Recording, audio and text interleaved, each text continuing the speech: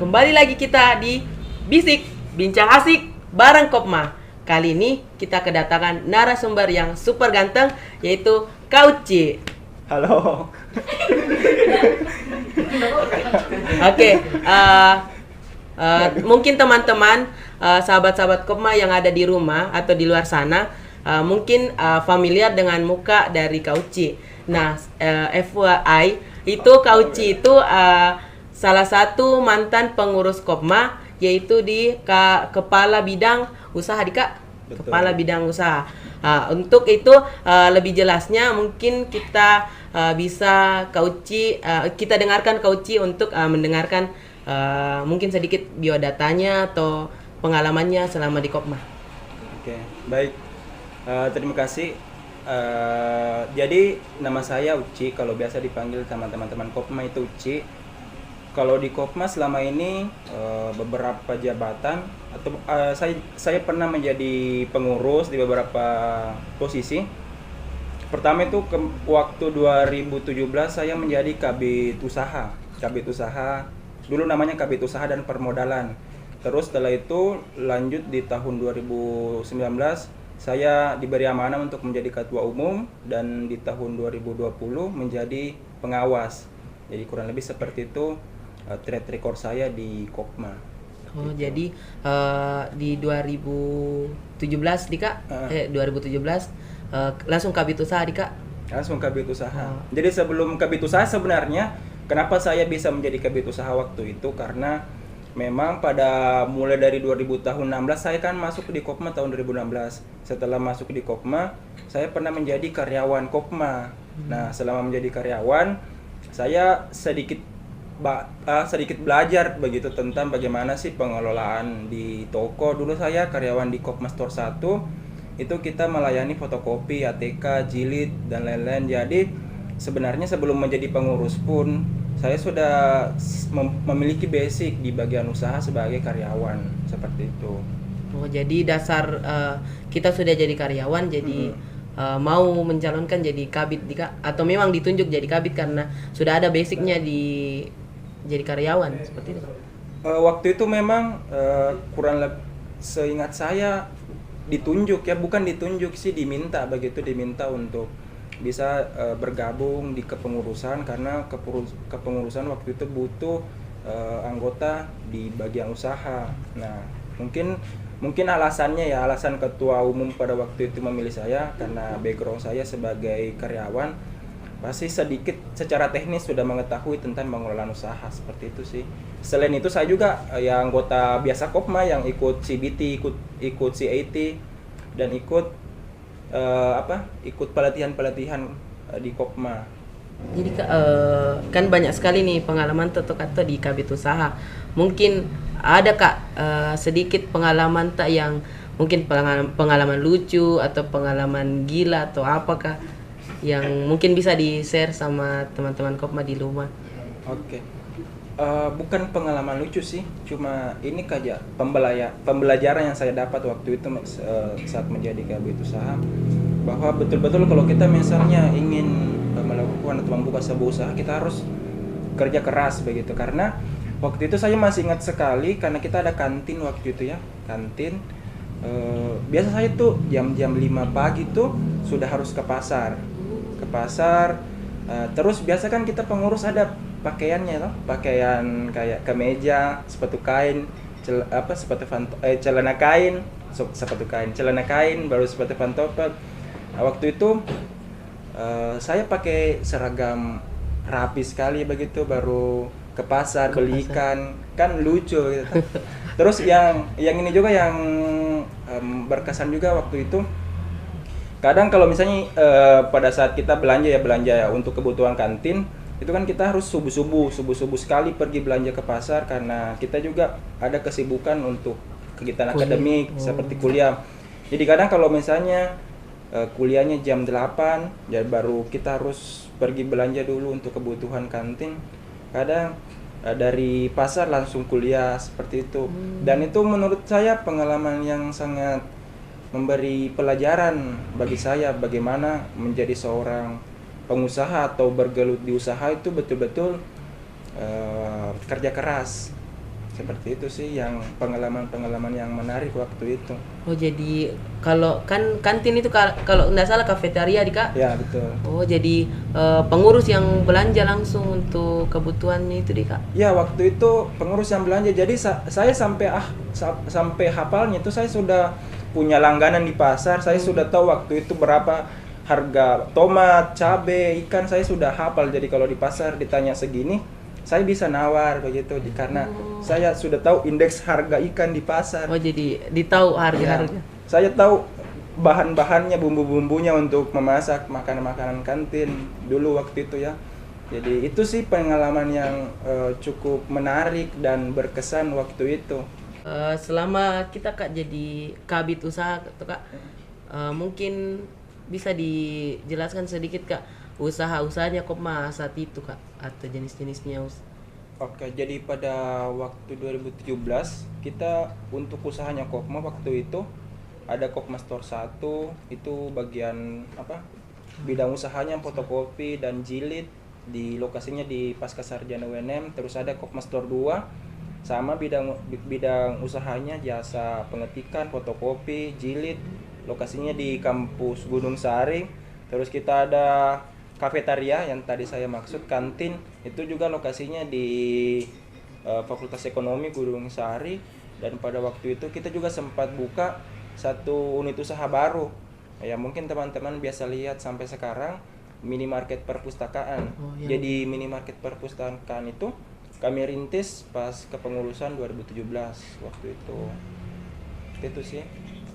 Dan dulu itu selain usaha intinya Kopma, kita juga masih melayani usaha-usaha seperti catering, penyediaan baju kayak sablon baju begitu, atau merchandise, pin, gantungan kunci seperti itu. Jas KKN juga ya? Iya, jas alma mater waktu itu. Pengadaan jas alma mater. Waktu itu kak alma mater UNM masih dipegang sama Kopma di kak? Bukan dipegang sih, cuma kita dikasih stok juga, dikasih kuota untuk penjualan alma mater. Jadi selain distributor lain, Kopma juga dapat bagian bisa untuk mendistribusikan alma mater. Kita jual sendiri dan dapat uangnya langsung, atau kita beli dulu dari universitas baru kita jual kembali? Waktu itu kita sistemnya beli dulu di sana, ambil barangnya, baru kita distribusikan ke mahasiswa seperti itu. Tapi stoknya kita terbatas, jadi pada waktu itu universitas mungkin bagi ya beberapa titik, salah satunya titik pengambilan alma mater itu di Kopma, dan harganya semua sama, hampir sama semua. Jadi ada berarti keuntungan yang didapat dari situ di kak, penjualan alma mater? Pasti ada dong, maksudnya kita kan usaha atau masa tidak ada keuntungannya. Kalau begitu kak, kan kita sebagai usaha itu kak tahun 2017 dan juga sudah mikir jadi karyawan. Kalau boleh tahu kak, karyawan dari tahun berapa kak? Saya karyawan itu jadi selesai CBT saya dulu itu, saya masih ingat kalau tidak salah bulan Mei 2016. Setelah bulan Mei 2016 saya jalan-jalan kan ke toko Kopma, terus salah satu pengurus waktu itu lagi cari karyawan.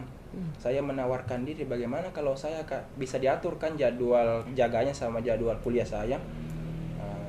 Ternyata bisa, makanya saya gabung jadi karyawan Kopma, karena waktu itu sudah belajar tuh cari uang sendiri untuk jajan begitu, lumayan. Kalau boleh tahu kak, di mana saat itu karyawan di Kopma Store 1, 2 atau? Saya waktu itu karyawan di Kopma Store 1. Yang di Remaja. Ya, yang di Remaja. Jadi kita melayani fotokopi, jilid skripsi, jilid segala macam jilid lah. Fotokopi, jual ATK. Itu. Jadi sudah dari karyawan jadi kabit, jadi ketua, terus jadi pengawas. Kalau boleh tahu kak, pengawas usaha atau?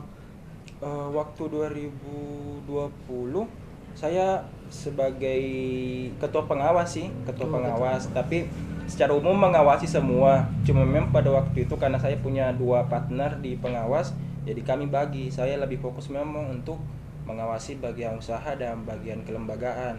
dua partner saya di pengawas ini mengawasi bagian administrasi dan bagian keuangan seperti itu. Jadi kan banyak sekali mini pengalaman tak, mulai dari karyawan, kabit usaha, ketua umum, pengawas. Mungkin bisa Ki simpulkan, bukan simpulkan sih, kayak jelaskan Ki Kak, menurut tak pribadi arti usaha itu untuk Kopma. Menurut saya, Iya. arti usaha bagi Kopma itu ya Kopma tanpa usahanya berarti bukan, harusnya sudah tidak bisa dikatakan Kopma, karena Kopma sendiri itu kalau kita artikan koperasi secara umum kan, kalau kita artikan badan usaha berarti harusnya ada usaha yang dijalankan. Jadi betul-betul menurut saya arti usaha bagi sebuah koperasi termasuk Kopma itu adalah hal yang paling penting, karena semua tujuan-tujuan koperasi itu sebenarnya dicapai dan dapat dilihat dari suksesnya usahanya. Tapi mungkin karena kita koperasi mahasiswa ya, yang selain merupakan badan usaha juga merupakan unit kegiatan mahasiswa yang ada kegiatan-kegiatan kaderisasi seperti itu. Dan memang kalau misalnya kita di Kopma kan diberikan batas waktu kepengurusan hanya 1 tahun. Jadi kalau saya mau artikan khusus Kopma, usaha bagi Kopma itu adalah tempat teman-teman pengurus untuk berkreasi. Saya pernah dengar kata-kata dari pengawas bahwa suksesnya Kopma itu bukan dinilai dari seberapa keuntungan dari usahanya, tapi seberapa berhasil nanti kader-kader yang dihasilkan dari Kopma ini sendiri. Jadi Kopma menurut saya bisa dinilai sukses kalau nanti dia menghasilkan kader-kader yang bisa berwirausaha di luar daripada Kopma itu sendiri, dan betul-betul memanfaatkan Kopma ini sebagai tempat berkreasi, berinovasi, baik itu tentang usaha atau apapun itu terkait kegiatan-kegiatan Kopma. Seperti itu sih. Jadi tidak terkait dengan usahanya Dik-Adik, tapi kayak kadernya yang mau dibentuk dari usaha itu. Betul, karena teman-teman juga mau sebanyak apapun mencurahkan pikirannya, teman-teman pasti dibatasi sama waktu. Teman-teman harus memberikan kesempatan sebagai seorang pengurus kepada kader-kader selanjutnya. Jadi teman-teman cuma punya waktu 1 tahun di Kopma untuk mengeksplor dirinya teman-teman, untuk belajar. Setelah itu silakan kembangkan di luar Kopma, dan Kopma dinilai berhasil menurut saya ya kalau kader-kadernya dulu yang pernah menjadi pengurus atau anggota bisa berhasil setelah berproses di Kopma. Seperti itu sih. Jadi itu Kopma bukan tempat usaha, tapi tempat untuk membuat kader, Dika. Kalau bahasa tak aku tangkap. Ya, kalau mau dibilang sepenuhnya bukan tentang usaha ya. Maksudnya bukan tentang usaha apa-apa, tentang usaha apa-apa harus usaha bagus begitu. Dan itu sebenarnya enggak apa-apa juga, maksudnya nilai plus lagi kalau usahanya tumbuh terus, bagus terus. Tapi kan memang yang menjadi pengurus kan cuma ada batas waktunya. Jadi alangkah lebih maksimalnya lagi ketika misalnya teman-teman sudah jadi pengurus di Kopma dan mencoba lagi mengeksplor dunia di luar Kopma untuk menjadi wirausaha seperti itu. Tapi kalau mau dibilang usaha bagi Kopma itu seperti apa ya, usaha itu tulang punggungnya Kopma, karena itu kan yang akan membiayai operasional koperasi mahasiswa sendiri. Itu sendiri toh, seperti itu. Kalau saya mau minta pendapat ini Kak sedikit. Kalau misalkan mudah-mudahan tidak Kak. Kalau misalkan di masa depan lah ini usahanya Kopma tidak berjalan maksimal, atau misalkan tidak menghasilkan keuntungan lagi, atau misalkan beban-bebannya itu Kopma sudah sangat besar sehingga usahanya itu sudah tidak bisa untuk itu tadi membiayai operasional. Kalau ditutup ini usahanya Kopma Kak, apakah masih bisa dikatakan sebagai Kopma? Jadi tergantung sih. Kalau pertanyaan seperti itu tergantung ya, karena Kopma itu sebenarnya tanpa usaha pun tetap bisa dibilang Kopma ya. Cuma kan sebagai sebuah koperasi harusnya ada usaha yang dijalankan. Tapi itu lagi tadi, Kopma itu kan selain selain badan usaha. Ya, selain badan usaha, dia juga merupakan, atau Kopma itu merupakan lembaga kaderisasi, lembaga kemahasiswaan yang bernaung di bawah universitas. Tapi kita sangat disayangkan sih, dan saya berharap semoga Kopma terus eksis bersama usahanya. Dan saya yakin sih teman-teman adik-adik nanti yang bergabung di Kopma harusnya bisa tetap membuat usahanya Kopma eksis. Seperti itu. Saya tidak pernah membayangkan kalau usahanya Kopma hilang seperti apa ya. Seperti itu. Tidak kan Kak, maksudnya Kak di sini kan kita ada salah satu usaha kita rintis toh Kak. Mungkin itu MMP. Mungkin nggak tahu 2 tahun ke depan dirasa pengurusnya sudah kayak bebannya ini MMP sudah sangat besar nih daripada keuntungan. Mungkin apakah ada perasaan tak kecewa atau apakah begitu kalau misalkan ditutup usaha unit usahanya itu Kak? Kalau kecewa sih tergantung situasinya ya. Iya. Tergantung situasinya, karena kondisi kan sekarang juga kalau saya sih sebenarnya menilai teman-teman pengurus harusnya cepatlah beradaptasi terhadap perkembangan terus berjalan, terus lebih memperhatikan lah usaha-usaha yang sudah dirintis pengurus-pengurus sebelumnya. Meskipun kita sudah tidak bergabung lagi menjadi seorang pengurus, tapi ketika kita melihat usaha yang dulu kami rintis tidak maksimal di kepengurusan yang baru, pasti kita ada perasaan kecewa. Tapi kami kan melihat dari sisi luar saja, kita tidak tahu faktor internalnya seperti apa, kenapa biasa kondisinya seperti itu. Dan kalau misalnya usaha pun, kalau misalnya biayanya sudah terlalu banyak dibanding pemasukannya, harusnya pengurus dan pengawasnya segera evaluasi usahanya untuk bisa dimaksimalkan kembali. Jadi tidak melulu harus langsung ditutup atau seperti apa, karena usaha kan juga menjadi cerminan Kopma, bentuk eksistensi Kopma. Jadi saya berharap sebagai yang pernah menjadi pengurus, usaha-usaha yang pernah dirintis pengurus-pengurus sebelumnya tetap eksis, atau kalaupun tidak eksis digantikan dengan usaha-usaha yang lebih bagus dan lebih sesuai dengan perkembangan zaman sekarang. Seperti itu.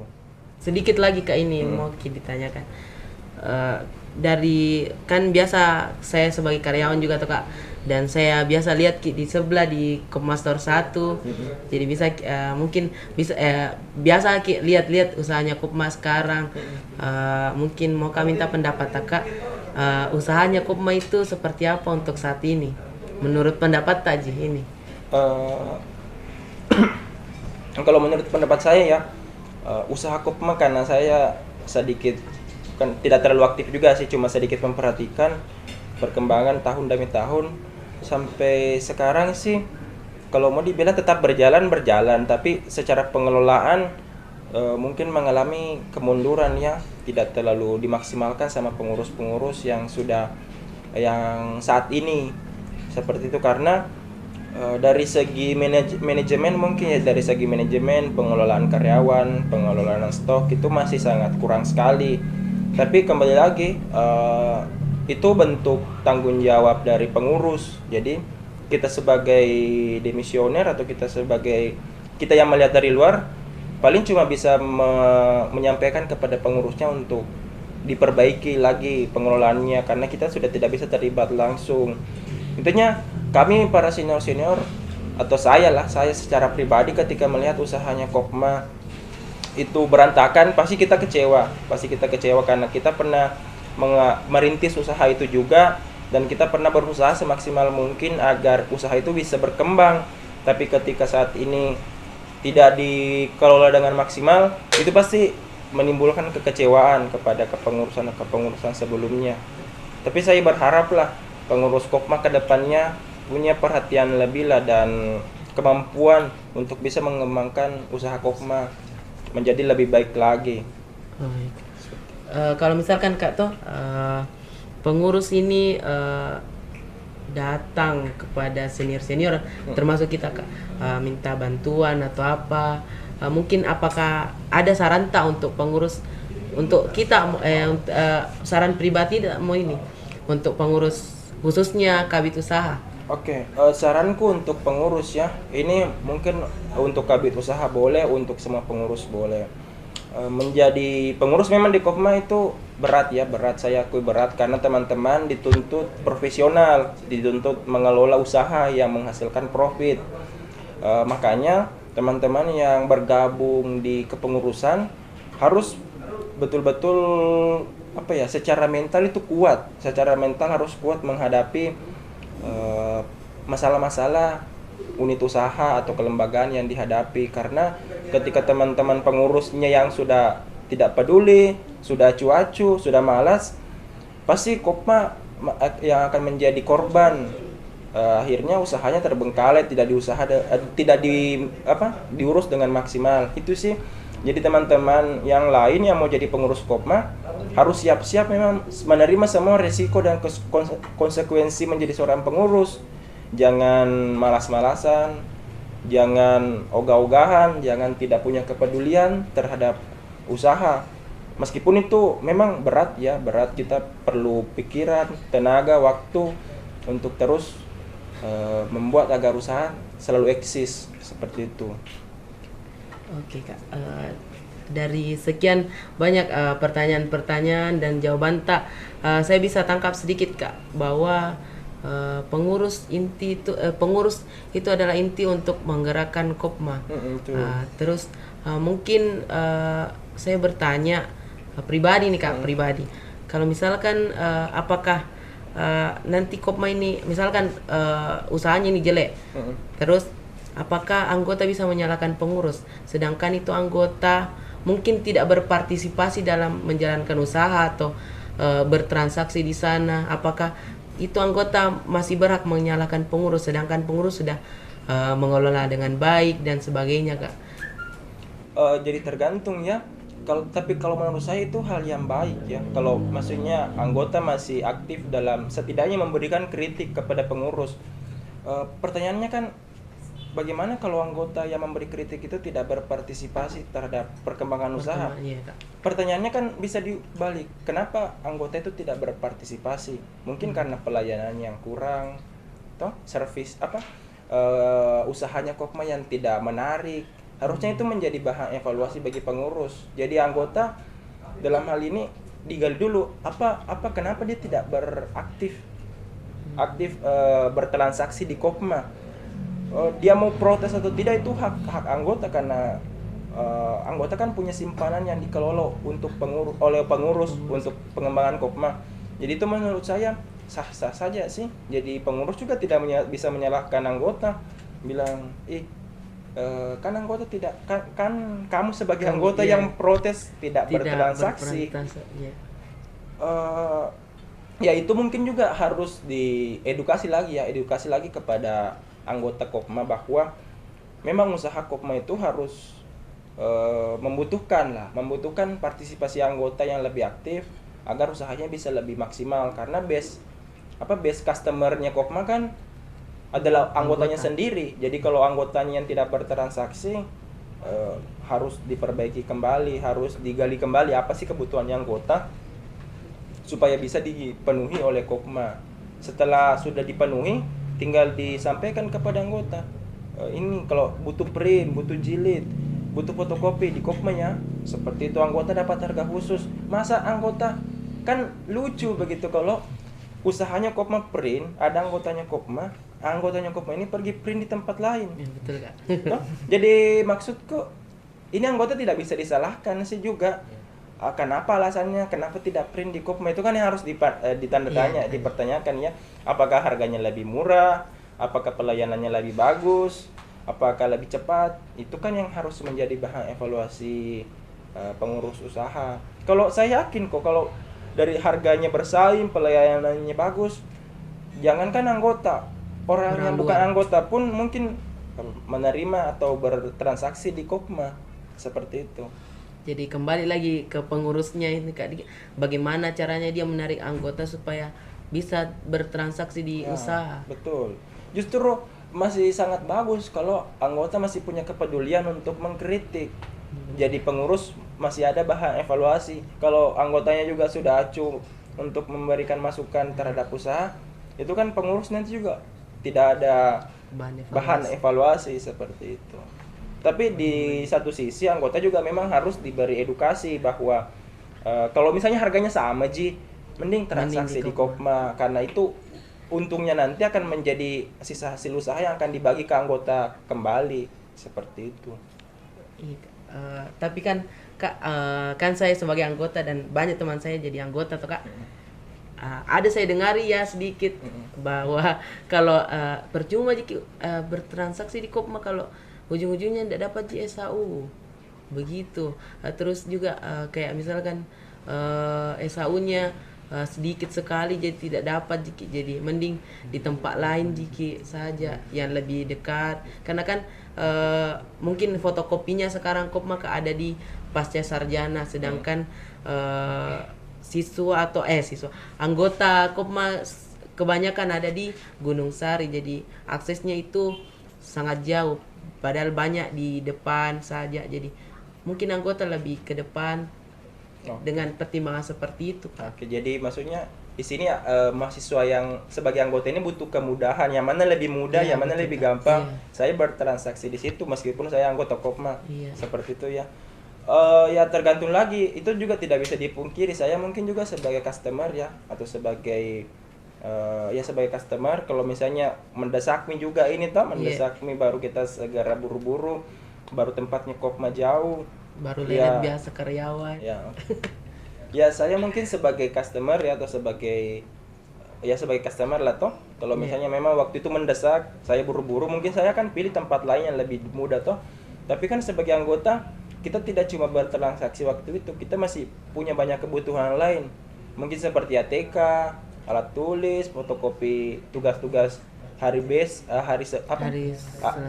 selanjutnya itu kan mungkin kita bisa bertransaksi di Kopma ya.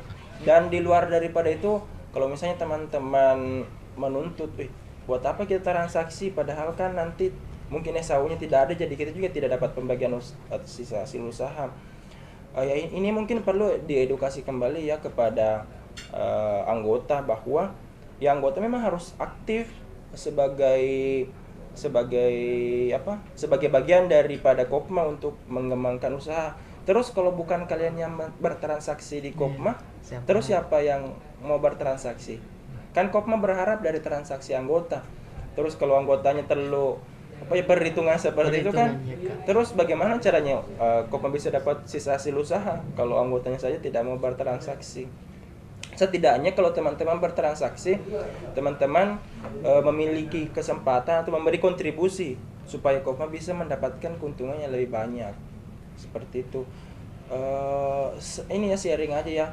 Saya waktu 2016 kalau bukan 2017, waktu itu saya termasuk yang aktif bertransaksi di Kopma, dan pada waktu itu memang lumayan ada SAU. Saya dapat sampai 2 jutaan sisa hasil usaha di akhir tahun. SHU pribadi sebagai seorang anggota. Jadi sebagai anggota Kopma, teman-teman tidak usah khawatir untuk bertransaksi di Kopma. Jangan sampai ya nanti Kopma banyak keuntungan tapi teman-teman tidak ada transaksi, teman-teman juga tidak dapat bagi hasil. Jadi mending teman-teman itu kan transaksinya diakumulasi sama pengurus. Mending teman-teman punya akumulasi transaksi, setidaknya kalau ada SAU ada yang bisa dibagikan ke teman-teman daripada tidak ada sama sekali. Seperti itu. Atau di RAT nanti tiba-tiba ada orderannya Kopma banyak, baru 1 anggota yang bertransaksi dalam 1 tahun ini, yang dapat SAU anggotanya ya itu saja yang pernah bertransaksi. Dan di luar daripada perhitungan itu, ya teman-teman anggota harusnya punya kepedulian untuk lebih aktif bertransaksi di Kopma. Seperti itu sih. Pertanyaan paling akhir ini Kak di pembicaraan kali ini, mungkin ada saran, kan kita sebagai kabit juga pengurus lah, banyak pengalaman yang kita bisa dapatkan di Kopma. Apa sih saran, mungkin kabit usaha di rumah atau nonton atau pengurus yang lain menonton, bisalah kita sharing sedikit saran Kak untuk usaha kedepannya, usaha apa yang bagus ke depan yang mungkin bisa dijalankan untuk Kopma. Oke. Kalau berbicara tentang usaha apa yang baik dijalankan Kopma, karena kita mungkin anggotanya mahasiswa ya. Iya. Sebenarnya menurut saya ya, usaha apapun yang dijalankan Kopma itu harusnya bisa baik, karena kita sudah punya base anggota begitu, maksudnya base customer sudah ada, customer yang mau beli ini sudah ada, yaitu anggota Kopma itu sendiri. Anggota Kopma sekarang berapa? Lebih 3.000 Kak. Lebih 3.000. Iya. Bayangkan kalau semua yang lebih 3.000 ini bertransaksi di Kopma setiap hari, beli Indomie saja satu bungkus. Satu bungkus itu Indomie 3.000. 3.000 kali 3.000 berapa? 9 juta ya? 9 miliar Kak. 9 miliar? 9 juta ya? Ya 9 juta. Itu dalam sehari loh. Dalam sehari. Kalau kita mau berpikir ya, ini base. Ini sebenarnya model Kopma ini model yang sudah cocok sekali untuk menjalankan semua usaha. Kita bisa lihat usaha-usaha besar pasti menerapkan model membership. Dimanapun teman-teman bertransaksi pasti ditawari membership. Nah itu di Kopma itu kita sudah punya, tinggal kita kembangkan. Ini apa sih kebutuhan daripada member-member kita, toh pembelinya sudah ada 3.000 orang. Ini di luar daripada pembeli di luar anggota Kopma ya, ini tidak 3.000 orang. Pasti di 3.000 orang ini punya kebutuhan print, punya kebutuhan fotokopi, punya kebutuhan ATK. Bayangkan kalau teman-teman pengurus bisa memenuhi semua kebutuhan anggota ini, pasti banyak sekali keuntungan Kopma seperti itu. Tapi kan pertanyaannya sekarang, bagaimana caranya membuat usaha yang bisa maksimal, yang bisa eksis sekarang, bukan sih yang bisa memuaskan begitu, memuaskan bagi anggota. Anggota memang harus berbelanja di Kopma, bukan di tempat lain. Apa nilai plusnya kenapa saya harus belanja di Kopma? Nah itu yang harus dipikir teman-teman untuk terus berinovasi. Sekarang kan contoh misalnya sekarang orang sudah mager keluar sana sini, pergi apalagi cuma pergi print ya. Mungkin bisa contoh print delivery begitu. Seperti kayak Gojek kan, antar makanan kita antar printan kan belum ada toh. Ini mungkin bisa dijadikan sebagai usaha di masa depan. Terus kan sekarang juga serba online ya. Nggak apa-apa, Kopma mau jual apa kayak terserah tuh. Untuk kebutuhan anggota pasti mungkin butuh baju, butuh keperluan sehari-hari lah. Bisa di sistem pre-order begitu kepada anggota. Sebenarnya masih banyak sekali usaha-usaha yang bisa teman-teman Kopma kembangkan. Ya basic sekali itu untuk kebutuhan seputar mahasiswa. Itu pasti orang butuhkan. Sebagai seorang mahasiswa saya pasti butuh tempat print, saya pasti butuh tempat fotokopi, saya pasti butuh ATK. Nah sekarang tinggal pengurus ini bisa tidak memenuhi kebutuhan saya ini dan memberikan pelayanan yang terbaik, sehingga saya memilih Kopma ketika misalnya saya memiliki kebutuhan seperti itu tadi, seperti itu. Jadi kesimpulannya ini Kak, pengurus ini harus bekerja secara maksimal untuk menjalankan usaha, terus juga menarik anggota supaya bisa berbelanja di Kopma bukan di tempat lain. Dan juga mungkin bisa berinovasi dengan usaha-usaha yang mungkin bisa mendatangkan kepuasan di pelanggan nih Kak. Betul. Karena itu maksudnya servis itu, pelayanan itu yang paling utama. Kalau misalnya pelayanannya Kopma bagus, pasti kita belanja di sana. Cuma coba lihat sekarang, kenapa anggota kurang berbelanja?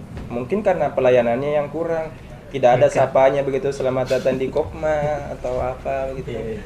Iya Kak, mungkin sebagai karyawan saya tersinggung. Saya tadi ke Kopma memang berantakan sekali di sana. Saya juga sebagai customer mungkin kalau tidak butuh banget saya tidak belanja di situ.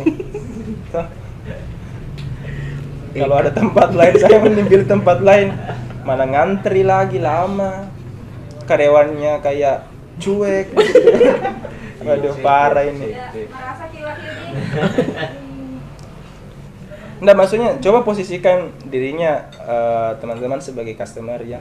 Iya. pelayanan apa sih yang teman-teman butuh, itulah yang teman-teman berikan sebagai seorang karyawan atau sebagai pengurus, seperti itu sih. Jadi itu tadi teman-teman, seputar usaha dan bagaimana pandangan dari Kak Uci sebagai mantan nih Kak, sebagai salah satulah pengurus di Kopma tahun-tahun sebelumnya.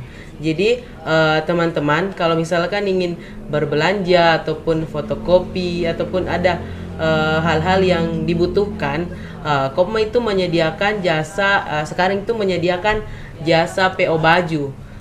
Baju, terus juga ada kalau misalkan teman-teman mau KKN, Kopma itu sekarang menyediakan Kopma PO yang mana bisa teman-teman situ pesan jaket KKN.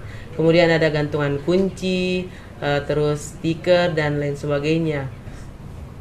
Dan teman-teman perlu ingat seperti kata Kak Uci tadi bahwa anggota itu adalah konsumen terbesar Kopma sendiri. Jadi jika bukan teman-teman yang berbelanja, mungkin siapa lagi yang akan berbelanja di Kopma? Cakep. Kita yang berbelanja, kita yang untung.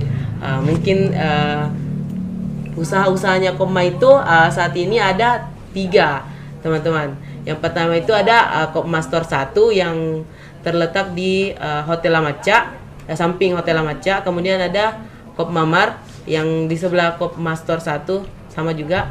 Terus ada minimarket perpustakaan yang terletak di dalam lingkup perpustakaan dekat kantor. Kemudian dengar-dengar nih kok teman-teman, Kabit Usaha ini mau menjalankan usaha baru, itu Kopen atau Kopma Pentol. Jadi mungkin teman-teman yang masih penasaran lokasinya itu sekitaran Pinisi. Ada mungkin food court kah ataukah Gunung Sari dan sebagainya. Jadi teman-teman yang mau kayak pentol atau apakah mungkin ada nanti di Kopma. Jadi berbelanja di Kopma dan insya Allah ada jitu Esauta. Oke, sekian untuk saat ini. Terima kasih untuk Kak Uci yang sudah menyempatkan menyempatkan waktunya yang super sibuk nih Kak. Oh, tidak sibuk sekali kini kulihat.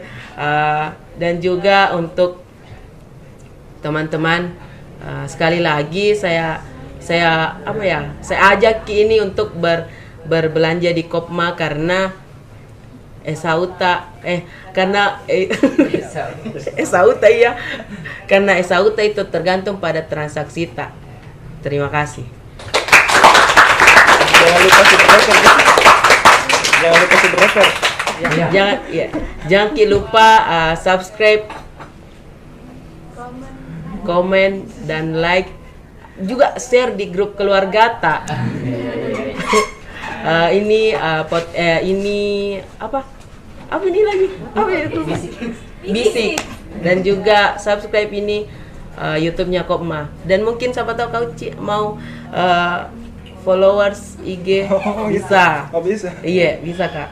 Oh, saya promo ini aja ya. Iya, promo. Jadi saya itu saat ini bekerja sebagai sales dan konsultan properti di salah satu developer. Jadi kalau misalnya teman-teman ada keluarganya nyari-nyari rumah, boleh tuh lihat di Instagram saya rumah_tanjung.bunga. Oke. Mungkin bisalah editor dibawa ditulis. Oke. Mungkin itu saja.